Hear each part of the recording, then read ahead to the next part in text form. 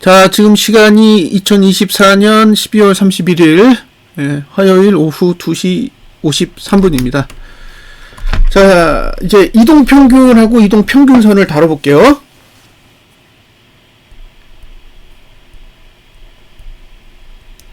자, 이제 이동평균을 다룰 건데, 이제 잘 생각해 보시면 돼요.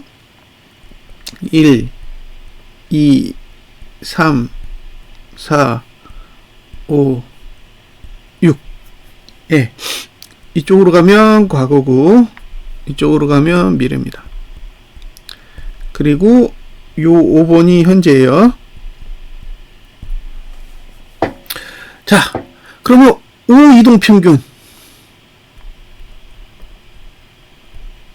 평균은 1 더하기 2 더하기 3 더하기 4 더하기 5 나누기 5예요. 자, 시간이 바뀌면 이렇게 시간이 이동하겠죠, 미래로. 예. 그럼 기준이 뭐냐면 얘가 이제 현재가 되는 거예요, 6번이. 6번이 현재가 되면서 현재로부터 5개.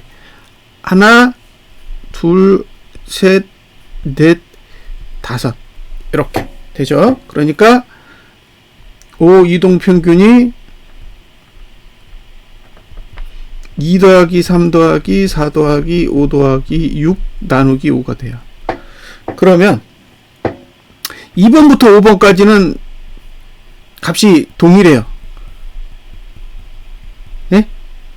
1과 6이 변경된 거예요.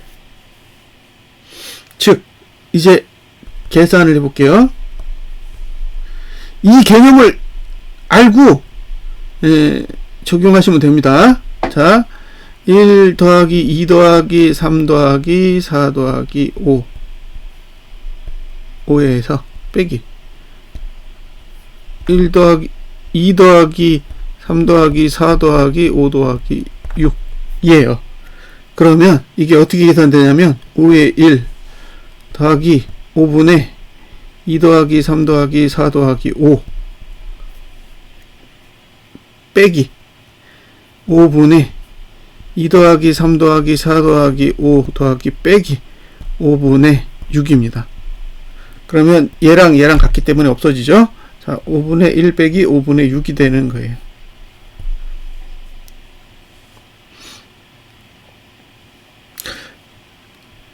이 두 개의 차이를 잘 이해하세요. 요 차이에 의해서 뭐가 움직인다? 이동평균이 움직이는 거예요. 이해되셨죠? 예? 이 계산식이 이해가 되셔야 돼요. 이 계산식이 이해되면 끝이에요. 자, 이제 보여드렸습니다. 계산식 보여드렸어요. 내용 길지 않으니까 잘 생각해 보시면 됩니다.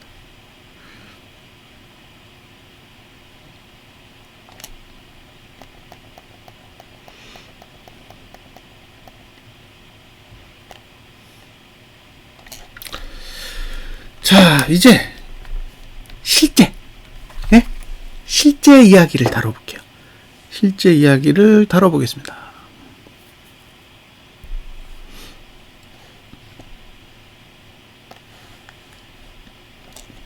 자, 봉이 바뀌면 이동평균선은 어떻게 될까요? 어디에 있을까요? 이동평균은. 예? 봉이 바뀌면 여기 5위평인데 어디에 있을까요? 자, 현재로부터 5개잖아요. 하나, 둘, 셋, 넷, 5개. 그쵸? 요렇게 5개의 평균이 5위평선입니다. 그러면 새로 들어오는 값은 이거고 빠져나가는 값이 이거죠. 그러면 어떻게 돼요? 요렇게 요 값의 5분의 1이 떨어지는 거예요. 그러니까 한 요 정도 내리겠네요. 그러면 이동평균선이 이렇게 내려간다는 얘기죠. 이렇게. 이해되셨어요? 네? 이렇게 내려가게 된다는 얘기예요. 자, 오이평이 이렇게 올라가면 이 위쪽으로 봉이 움직이면 상승이고, 이평선이 이렇게 아래로 내려오면 이렇게 빠지면서 내려갈 거잖아요. 단순한 원리라고요. 이렇게. 그러면 중요한 게 뭐냐면, 얼마가 돼야 오이평 밑으로 내려가고 얼마가 돼야 오이평 위로 올라가는지를 알면 돼요. 응? 그러니까 오이평선을 상회하는 조건이 뭐고 오이평선을 하회하는 조건이 뭔지를 알고 있으면 오이평선이 깨졌는지 살아있는지 알 수 있겠죠. 매우 간단한 얘기지만 실제로 안 그렇죠.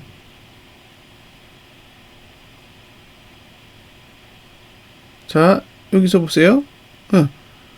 이거 이평선 타고 계속 올라가잖아요. 예? 이평선 타고 계속 올라가다가 깨졌죠. 예? 깨지고 나서 이게 쭉 빠지잖아요. 쭉 빠져요. 그러니까 이게 지금 내려가는 건지 올라가는 건지 봉이랑 관계를 잘 이해해서 보시면 된다는 거예요. 자, 오이평선이 계속 상회해요. 위를 봐. 그러면 계속 상승하는 거 아니에요? 그러니까 오이평선이 안 무너지면 그러니까 오이평선이 계속 이렇게 가요. 그럼 봉이 계속 이렇게 타고 가는 거지. 이렇게. 하락하려면 어떻게 돼야 돼요? 여기 이렇게 눌러야 돼. 누르면 얘가 부러지고, 부러진 다음에 이렇게 내려가면 되는 거죠. 그러니까 요 구조를 이해해야 돼요. 요 구조. 오이평선이 꺾이는 구조. 오이평선이 어떻게 꺾이느냐. 반대의 경우도 똑같겠죠. 그러면 뭘 알아야 돼요? 빠져나가는 값을 아셔야 됩니다. 빠져나가는 값을 알아야 되니까 잘 보세요. 자, 이제 오이평만 남겨놓을게요. 오이평만 이렇게 남겨놓겠습니다.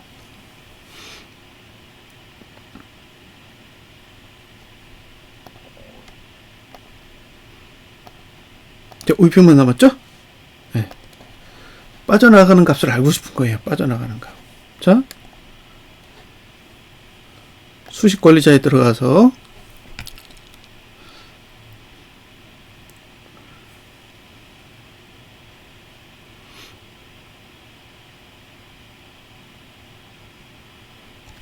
이제 수식 관리자, 이게 지금 키움증권 기준입니다. 키움증권 기준이에요. 사용자 지표 새로 만들기. 여기서 종가, 종가 어떻게 한다? 빠져나가는 값만 알면 되잖아요. 그래서 시프트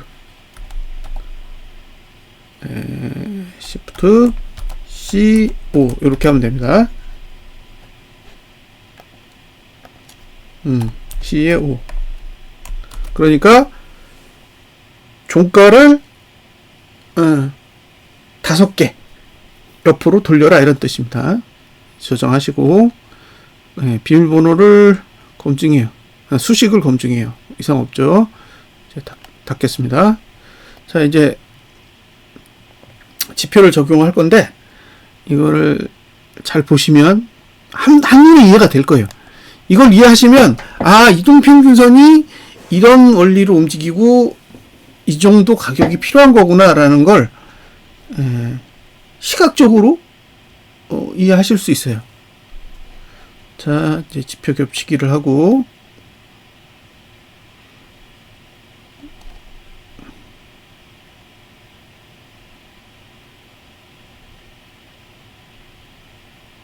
여기 있죠? 000 종가 적용.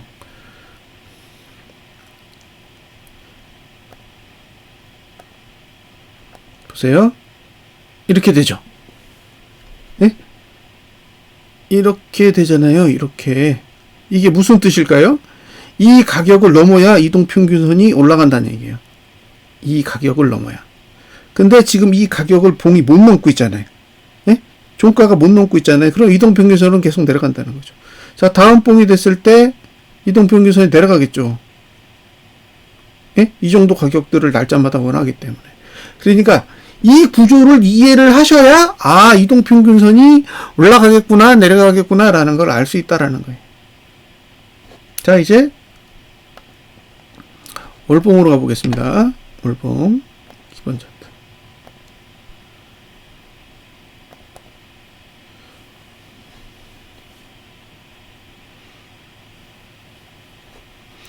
자, 여기서 5만 남기고 5만 남길게요.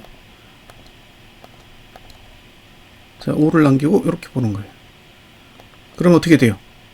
이동평균선이 이렇게 돼 있네요. 네? 내려가고 있잖아요. 그러니까 오이평이 내려가고 있으니까 이건 하락이잖아요. 네?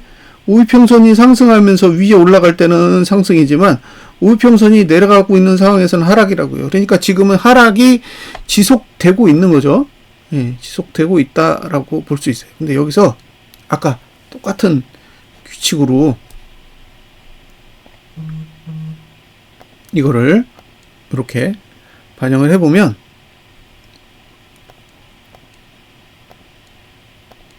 자, 보세요. 네, 이렇게 된다는 거예요. 그럼 오이평선은 계속 내려가겠죠. 이해되세요? 오이평선이 왜 내려가는지 이해가 되실 겁니다. 왜? 예, 빠져나가는 값이 굉장히 높아요. 그래서 이 가격으로 봤을 때는 아직 이동평균선이 내려갈 수밖에 없는 조건을 가지고 있다는 거예요. 예. 이 단순한 원리를 이해를 하셔야만 이동평균선이 어떻게 생기는지를 알 수가 있다는 거예요. 근데 이걸 알려주는 사람이 없어요. 안 알려준다고. 문제는 이동평균선을 이런 식으로 봐야 된다라는 사실을 알려주지를 않아요. 자, 보세요. 예, 이동평균선이 계속 내려가게 되죠? 계속 내려가게 되잖아요. 왜? 이 위치에서 지금 이동평균선에 빠져나가는 값이 여기니까. 예, 결국에는 계속 오이평은 계속 내려올 수밖에 없다는 거예요. 봉이 올라도 이동평균선은 크게 오를 수가 없어요. 봉이 이렇게 올라가도 이동평균선이 올라가기가 힘들어요. 왜냐면 여기서 하나, 둘, 셋, 넷, 5개니까 얘가 빠져나가는 거잖아요. 그러니까 이 정도 종가가 빠져나가는 거예요. 그러면 여기까지 오지 않는 이상은 이동평균선이 상방으로 꺾일 수가 없다는 거죠.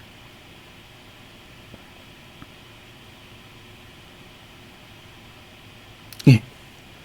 그러니까 이 원리를 알면 아, 이게 지금 뭐가 빠져나가는지를 알고 있으면 이게 몇 개 봉이 지나야 이동평균선이 쉽게 바뀔 수 있는지를 알 수 있게 된다는 거예요.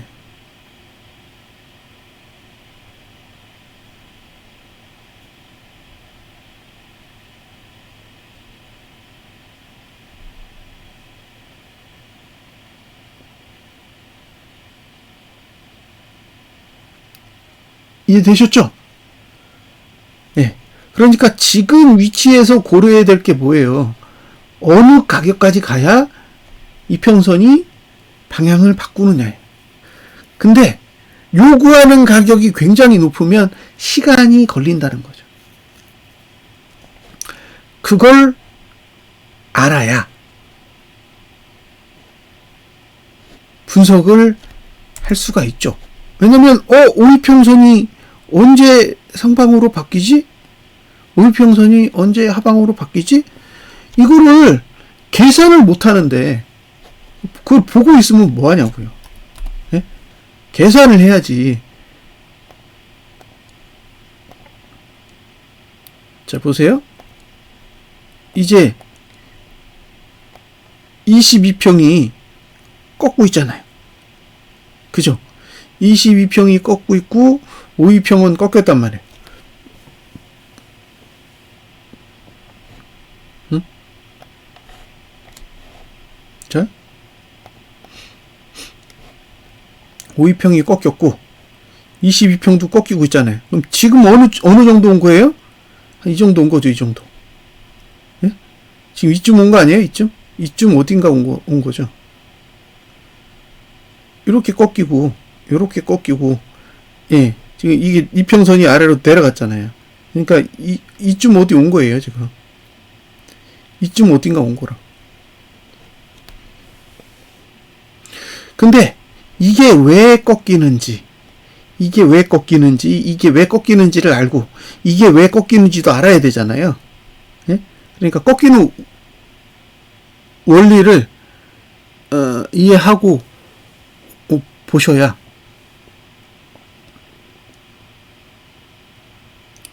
판단을 할 수가 있는 거죠.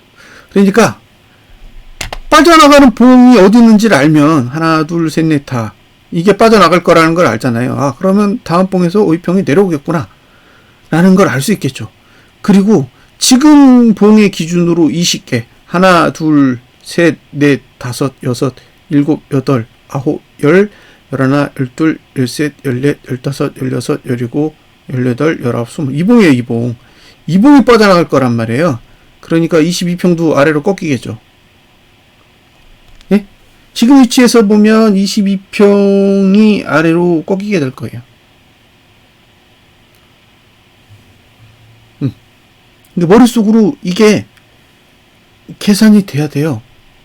22평이 꺾인다라는 거. 그래서 저는 개인적으로 이런 훈련을 좀 해보셨으면 좋겠어요. 적어도 22평, 5이평이 어떤 가격을 충족해야 되는지를, 자, 보세요. 22평이 내려가잖아요. 예? 이렇게 내려가잖아요. 이렇게. 이게 왜 내려가냐는 거예요. 이 내려가는 이유를 알아야 돼요. 이 내려가는 이유. 예? 어느 봉에 영향을 받기 때문에 내려가는지. 그 다음에 어느 정도 가격까지 올라가면 상방으로 전환하는지. 예, 이런 것들을 잘 알고 계셔야 어느 시점, 어느 가격대에 도달하면 이평선의 방향이 변한다라는 걸 알 수 있겠죠. 이게 별거 아닌 것 같은데 엄청 중요해요. 예, 엄청 중요합니다.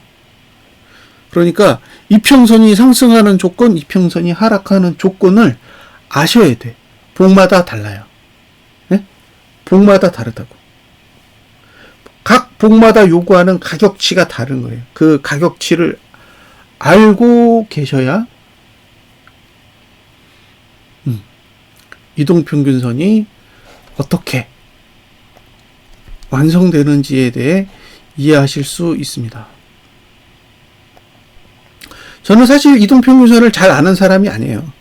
제가 설명할 수 있는 내용도 많지 않아요. 왜냐면 저는 노하우가 없습니다. 이동평균선의 그냥 원리만 알고 바라보는 거지, 이동평균선을 보고 와 이게 이렇고 뭐 이런 얘기 할 수가 없어요. 왜냐면 기초적인 지식이 없기 때문에. 예. 근데 제가 드리고 싶은 내용은 그런 게 아니라 이동평균선이 어떻게 그려지는지를 알려드리고 싶은 거예요. 자, 보세요. 이것도 굉장히 중요한 부분인데 이걸 모르시면 오해를 하실 것 같아서, 예, 제가 하나를 보여드릴 테니까 보시고, 예, 잘 이해를 해보셨으면 좋겠어요. 그러니까 이 정도를 설명하면 제가 나중에 다른 이야기를 해도 조금은 이해하는 데 도움이 되실 겁니다. 자, 시작했을 때 이게 시가예요. 의도를 이해하셔야 되는 거예요. 의도. 예? 결과를 보고 결과에 매몰되지 마시고 의도를 보고 생각을 하시라는 거죠. 자, 이제 설명을 할게요. 이 내용이 뭐 길지 않을 거예요. 그리고 우리가 알고 있는 이동평균선의 이야기하고는 뭐 완전히 다른 거지만 이동평균의 원리를 가지고 이동평균선을 좀 이해하고 보셨으면 좋겠습니다. 자, 자, 보세요. 이게 오이평인데 오이평이 이렇게 내려오고 있어요. 이렇게 꺾었죠. 그죠? 일반적인 입장에서는 이렇게 갔다가 이렇게 내렸다가 여기 찍고 이렇게 올라가면 돼요. 이게 일반적인 이동평균의 상황이었다면 이렇게 그렸겠죠. 근데 왜 얘가 깊은 하락을 했을까요? 하나, 둘, 셋, 넷, 5개죠? 그러면 빠져나간 값이 이거잖아요. 자, 이 값이라고요, 이 값. 만약에 이동평균선을 이렇게 낮출 생각이 있다. 그럼 어떻게 해야 돼요? 이 값보다 낮아져야 되는 거예요. 이 값보다. 그러니까 이렇게 내려가야 되는 거죠. 그죠? 왜냐면 얘가 빠져나가니까 이동평균선이 내려가려면 5개 전 종가보다 낮은 가격으로 내려가야 되는 거예요. 그래서 이동평균선을 낮추기 위해서는 어떻게 해야 된다? 예, 종가를 이 밑으로 낮춰야 되는 거예요. 자, 보세요. 예, 이 밑으로 내려갔잖아요. 그러니까 이동평균선이 아래로 내려온 거죠. 원래는 위쪽으로 돼 있었는데 비교해서 보세요. 이렇게 위쪽으로 돼 있었잖아요. 이렇게 위쪽을 바라보고 있는데 지금은 아래쪽으로 바뀌었다는 얘기예요. 이 종가 아래로 내려갑니다. 그래서 이런 사소한 원리까지도 보실 줄 알아야 돼요. 네? 그러니까 어느 가격까지 가면 이동평균선이 어떻게 되고 어느 가격까지 가면 이동평균선이 어떻게 바뀌는지를 눈으로 보고 빨리 계산해 내야 돼요. 아, 저봉에서는 이동평균선이 이렇게 생겼으니까 저거를 상방으로 돌리려면 얼마가 필요하고 하방으로 돌리려면 얼마가 필요하고 지금 가격에선 이동평균선이 어느 정도 변화가 생기는지 이런 것들도 구체적으로 인식을 할 수 있어야 됩니다. 지금 5위평선이 상방이고 22평이 하방이고 그런 단순한 접근 방식 말고 어느 봉이 빠져나가고 어느 봉이 들어오기 때문에 어느 정도 가격이 영향을 받는지, 상승폭은 대략 얼마나 되는지, 하락폭은 대충 얼마나 되는지, 그런 것들을 예상해 볼 수 있는 능력을 갖추셔야 됩니다. 이게 가능해져야 이제 그 다음 레벨에서 이야기하는 다양한 이야기들을 해드릴 수가 있어요. 근데 이게 머릿속에 없으면 분석을 아무리 해서 정보를 제공해도 무슨 소리인지 알 수가 없는 거죠.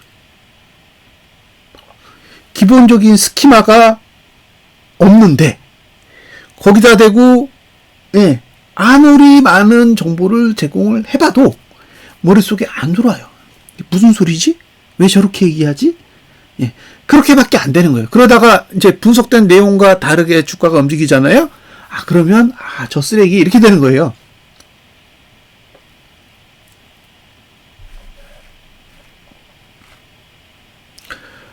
봉이 움직이면서 만들어내는 정보들이 있고 그 봉에 의해서 보조지표들이 변화가 일어나잖아요. 그러면 봉에 의해서 보조지표의 변화가 일어나는 케이스도 있고 보조지표에 의해서 봉이 제약받는 경우도 있는 거죠. 그런 경우들을 계속 모니터링하면서 어느 쪽으로 움직이는지 그 다음에 그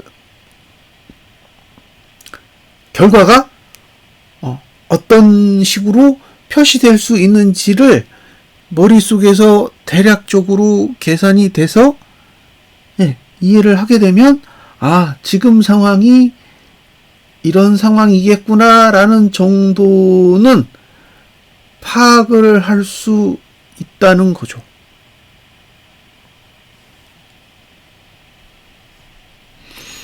근데 이 수준에 도달하지 못하면 계속 결과만 보고, 그죠? 계속 결과만 보고, 맞으면 좋은 사람 취급하고, 틀리면 쓰레기 취급하고, 계속 이것만 반복하다가 다른 사람으로 또 이동하는 거예요. 생각해보니까 얘는 안 맞네? 이러고 다른 사람 가요. 근데 그 다른 사람도 잘 맞을 때는 굉장히 잘 맞는데, 틀릴 때는 또 왕창 틀릴 수도 있는 거예요. 어쩔 수 없어요, 그거는. 그러면 똑같은 행위를 반복하는 거죠.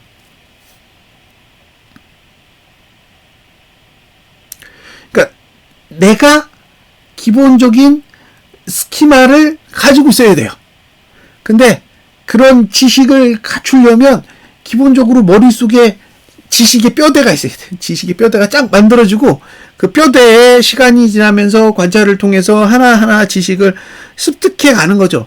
그 지식의 습득을 통해서 이제 어느 정도의 체계가 딱 만들어지면 그 다음에는 이렇게 계속 지식들을 쌓아가면 되는데 이 지식도 안 쌓였고 스키마도 없는데 판단은 엄청 빨라요. 네? 본인은 아직 그걸 판단할 수 있을 만큼의 지식 체계가 없어요. 근데 어차피 결과는 보면 알잖아요. 봉 딱 보고 3시 30분 되면 봉이 어떻게 끝나는지 알고 금요일 되면 주봉이 어떻게 끝나는지는 안단 말이에요. 그러니까 그런 단순한 지식을 가지고 다른 사람을 막 판단한다고요. 맨날 틀리네. 잘 맞네. 근데 왜 맞는지, 왜 틀리는지는 관심이 없잖아요. 예? 어떤 조건을 가지고 접근을 했고, 예? 어떻게 돼서 결과에 도달했고, 이런 거는 추적도 안 되고 이해도 안 되는 거예요. 그러니까 결과만 맨날 가지고 사람을 들들들도 볶는 거죠.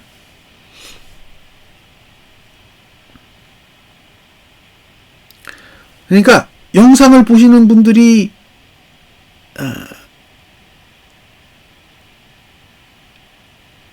생각을 하면서 시청을 하려면 기본적으로 이 스키마가 필요한 거예요. 제가 이동평균에 대해서 굉장히 복잡한 얘기를 하는 게 아니에요. 이게 되게 단순한 얘기인데 이 원리를 잘 이해하고 계시면 활용할 때가 많이 올 겁니다. 그러니까 이게 지금 일목에도 똑같은 구조거든요.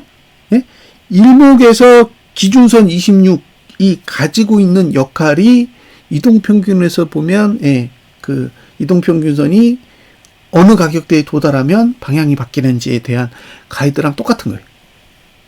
그러니까 보조지표가 가지고 있는 속성들은 거의 대부분 동일하다고 보시면 돼요.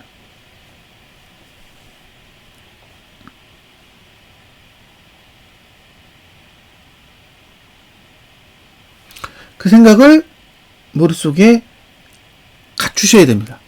자, 제가 지금 3편의 동영상을 여기까지 올리게 되는데 내용은 거의 없어요.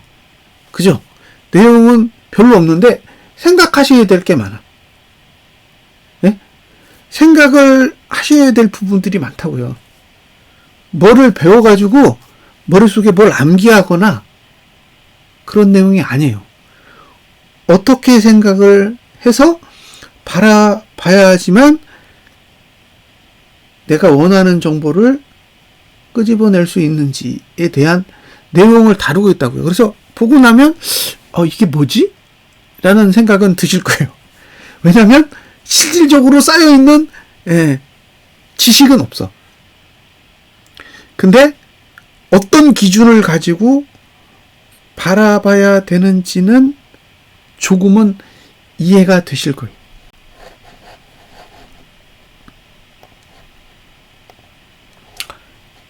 심플하게 아직 월봉은 우이평선 아래 있어요. 그러니까 상승 추세 아니죠? 하락 추세라고. 이걸 벗어나야 올라갈 거 아니에요. 이걸 벗어나야 올라간다고요. 얘를 5위평 위로 올라타게 해야 그 다음에 22평으로 갈 거 아니에요. 5위평을 들어야 22평으로 간다고. 근데 아직 5위평도 안 만났어. 5위평도 안 만났다고요. 그러니까 아직 상승이 시작되지 않았어요. 근데 계속 가격이 싸니까 사람들이 어떻게 접근해요? 싸네? 매수해야겠네? 아이고 좋아라? 이렇게 된다는 거예요. 근데 그냥 보세요. 5일평선 아래 있지. 5일평선 아래 있잖아요. 5일평선 위에 있을 때 얼마나 올랐는데, 예? 지금 5일평선 위로 올라가고 이게 몇 달 오른 거예요? 하나, 둘, 셋, 넷, 다섯, 여섯, 일곱, 여덟, 아홉, 열, 15개월 동안 올랐어요. 5일평선 위로 타고 5일평선 아래로 내려가고 지금 5개째예요. 앞으로 1년 내린다는 얘기네? 그럴 수도 있는 거잖아요.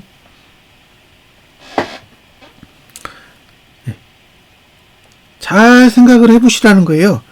지금 어디에 있는지, 어떤 조건이 돼야 5일평선이 방향을 바꾸는지, 어떤 시간이 돼야 5일평선이 상승하기에 좋은 시점이 되는 건지, 그 정도는 아셔야 될 거 아니에요.